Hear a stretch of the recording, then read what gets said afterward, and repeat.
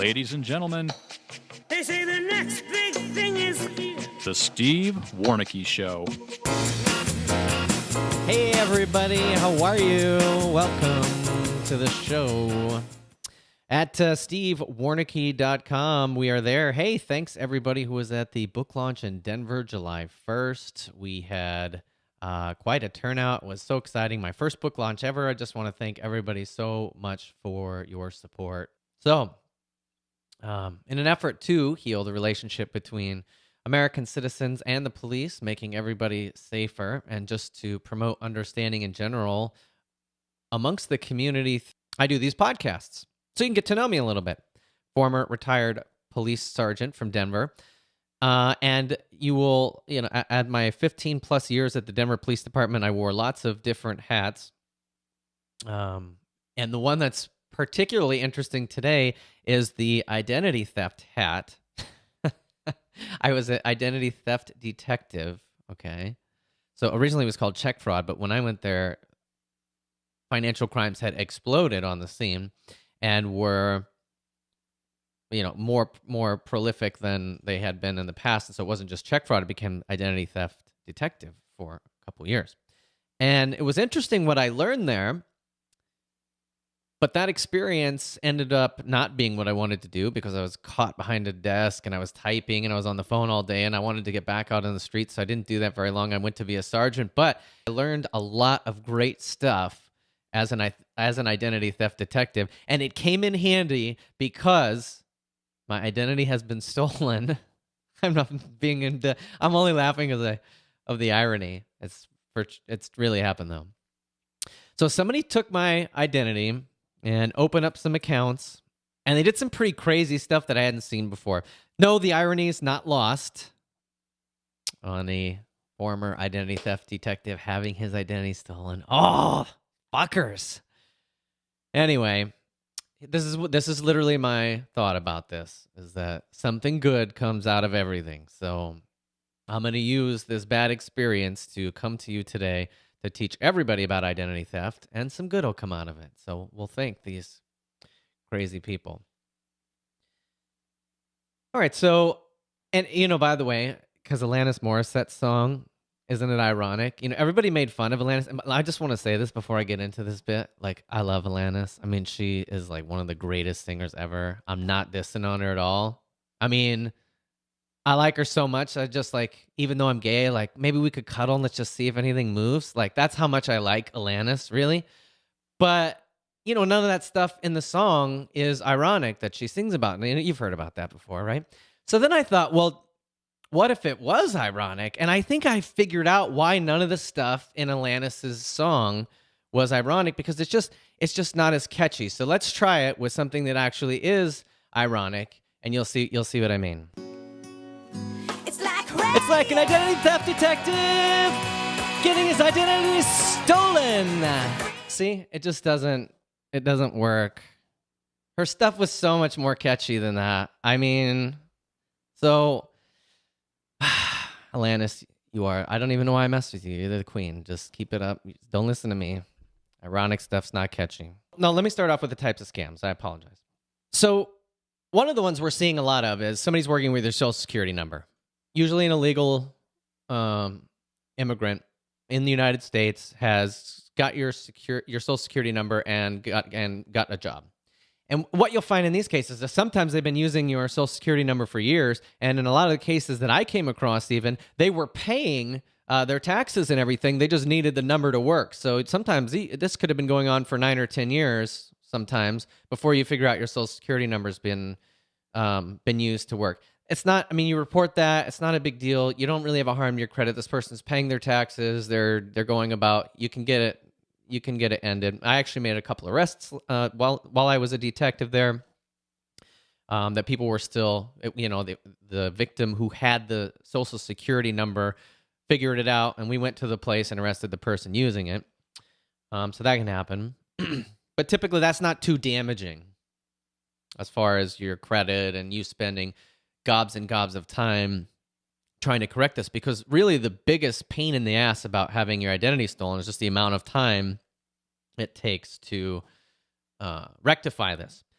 So you've got other things. You've got people who get a hold of an account number, and now you can print checks on your own computer. So maybe they get a hold of a bank statement, and they get the routing number for the bank, which you can find online, and then they get the account number for your account, and they just print checks and go and write checks on your account. Those are easy to catch because all you have to do is, exercise some due diligence, and you should be doing this anyway. I mean, go through, take it really doesn't take more than a minute and a half to go through each credit card and each bank statement at the end of the month when you get it. When you get that little notification just saying your bank statement's ready, go on there, just look over the charges. Sometimes you're like, oh God, I gotta stop eating out. Jesus God, I've given like Chick-fil-A $4 trillion this month. That it's depressing at how much you're spending, especially for me, like at restaurants. Just I can't believe food costs this much. I'm like, you see the total, and then sometimes you think they couldn't possibly have added right. You see all the $29 at this restaurant, $40 at this restaurant, $30 at this restaurant, $20 for gas. You see, and you're looking at these charges, and you get done, you're like, that can't possibly equal that amount at the bottom of the page. It can't possibly. And you get a calculator out, and you're like $29.49 plus 19, and you get done, and it does. It's just crazy how fast it adds up. But anyway, so that's the depressing part. But sit down and do it. The good news is when people are forging checks with your account information, when you report it to the bank, you fill out an affidavit, sometimes a police report, sometimes both, give it to the bank, just ask them what they want. They refund the money to you and give you a new bank account number, and it's over with. I mean, it's a pain in the ass, but it's not a huge deal. It's not a reason to never have a checking account because somebody might get a hold of your account number and write a check. Just exercise due diligence. The only thing that you have to do is not let this go on forever and ever and ever, and you kind of like just not doing your part, and then they're like, you should have caught this the first $3,000. How did you let it get to 10? I'm making up numbers here, but I mean, as long as you catch it within a reasonable amount of time, and you will do so if you go over your statements and look at them.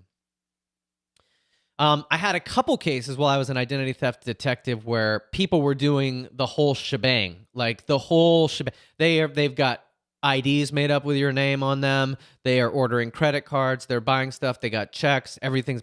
Those are rare, and those are probably the most damaging.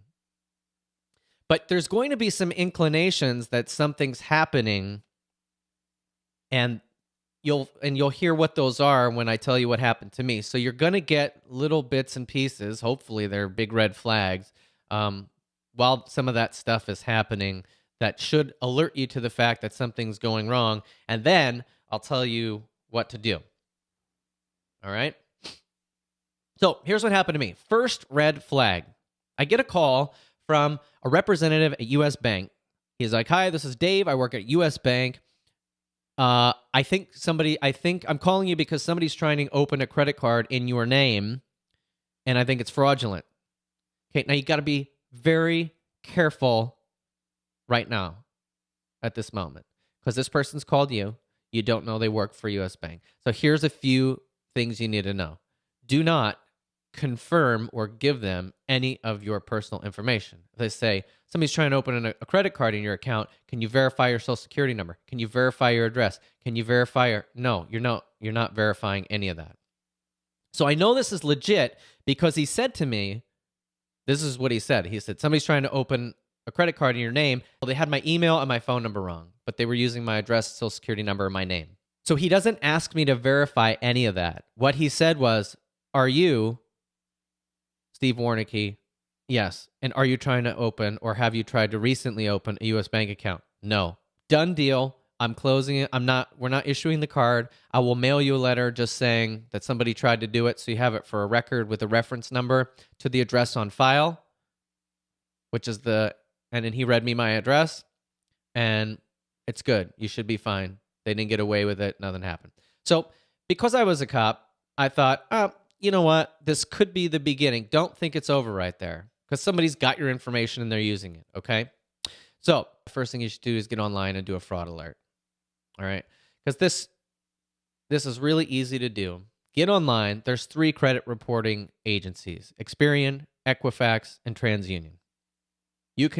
All of them share information, so you don't need to go to each 3. I went to Experian.com and went to the fraud Center, there's an initial 90-day security fraud alert. There's an active duty 1 year, and there's an extended 7 years. So it says right on Experian's website, if you're the victim of identity theft and submit a copy of a valid identity theft report that you have filed with a federal, state, or law enforcement agency, then you may request an extended fraud victim alert, which lasts for 7 years. So you can do the initial one for free even if you just suspect. And a lot of these companies like LifeLock are putting these 90-day fraud alerts on your account and just renewing it every 90 days, and you're paying for that, but you can do it yourself. And what it is you give them your phone number, and you verify your information, and you're going to have to verify your information with them. Just make sure you're on their actual website.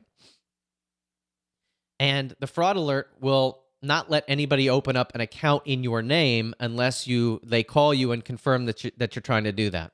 Okay.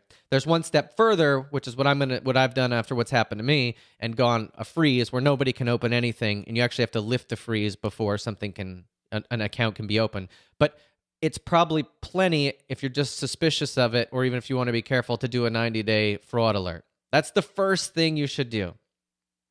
All right. So, second thing, file a police report with a local law enforcement agency.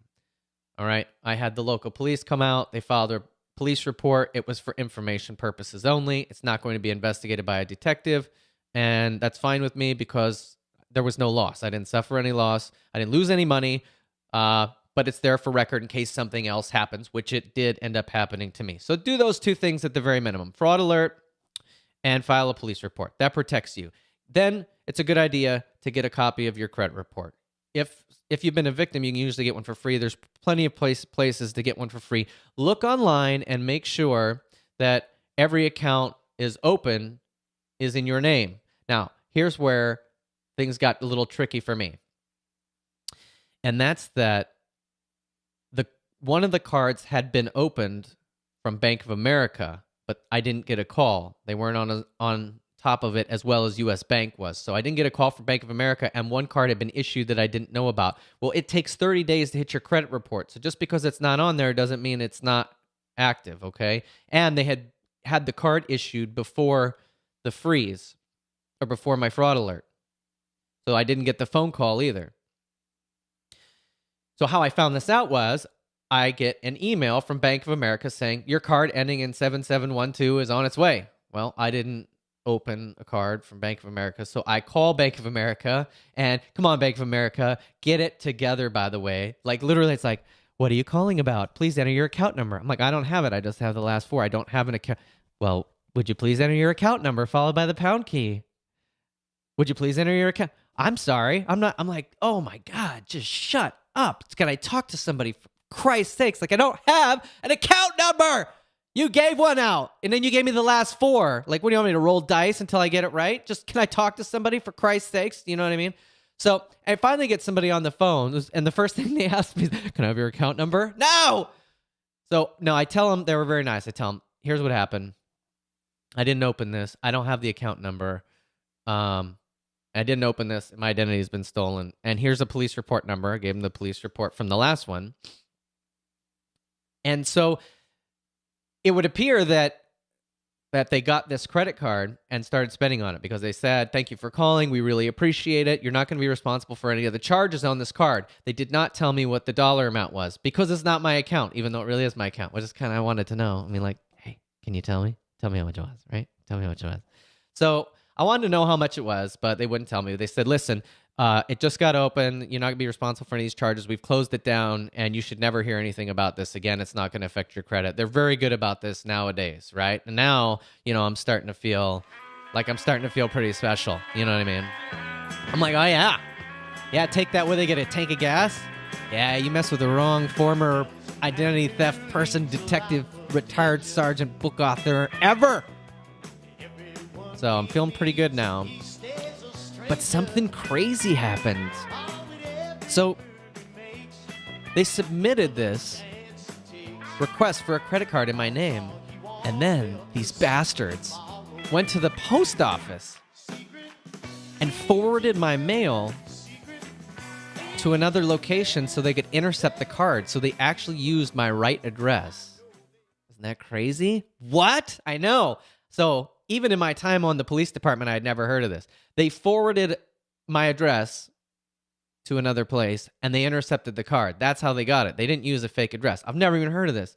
So hopefully, I mean, the hope is that they're really stupid and they just forwarded it to their house. That would not, there are dumb criminals out there. There are lots and lots of dumb criminals. So that's a possibility, but probably it's on the street. They just used their neighbor's address and then they stole their neighbor's mail every day, but at least you're going to get close to them. And what's funny is the postman comes to my door and says, I see you're still here, but there's a mail forward on your identity or on your name on this address. And he's like, why? And I was like, oh man, I didn't know about that. So now I file a report with the United States Postal Service and they have federal agents that are assigned to them. All right. So I did that. Now they're going to investigate that because it's mail theft and fraud. And coincidentally, the only thing I lost was a package of sunglasses that I had actually ordered, which was en route to me, which got diverted to this place in Alabama. And I'm like, you suckers, bring me back my sunglasses and we'll just, we'll get the rest of this out of the way. You know what I mean? I know it's sunny down there, but it's more sunny in South Florida.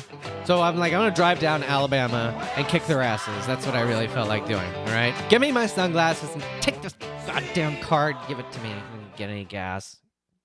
Sons of bitches. Anyway, all right. So that was really weird, right? So I did file the report, but here's who you should file a report with. If your mail gets diverted, I've never even heard of that. Maybe that's a new thing. File it with the United States Postal Service. File a report with the local police, and online at the Federal Trade Commission, you can also file a report. It's good to file all of them. Just have a narrative, type out a narrative, and use it for all the different reports, okay? That way, there's a record everywhere. It just protects yourself. Put the fraud alert on if you want to do the long-term one. If you're crazy, put the freeze on. Okay, couple other things that I just wanted to explain about identity theft, which is super bizarre before we go. One of the most important things you can do anytime you're the victim of a crime is to take good notes. And I'm serious. I got out a little, like a notepad, and I put the date up top, and I put everything that happened on that date. And I just keep it like a diary. June 29th. The mailman notified me there was a mail forward on my address. Contacted the Postal Service. Filed an identity theft report with the USPS. Filed an identity theft report with the Fort Lauderdale Police. Filed an identity theft report with the Federal Trade Commission on this date. Received email from Bank of America. Right? Just keep it and write down who you talk to. Always get a confirmation number or a case number referencing your call.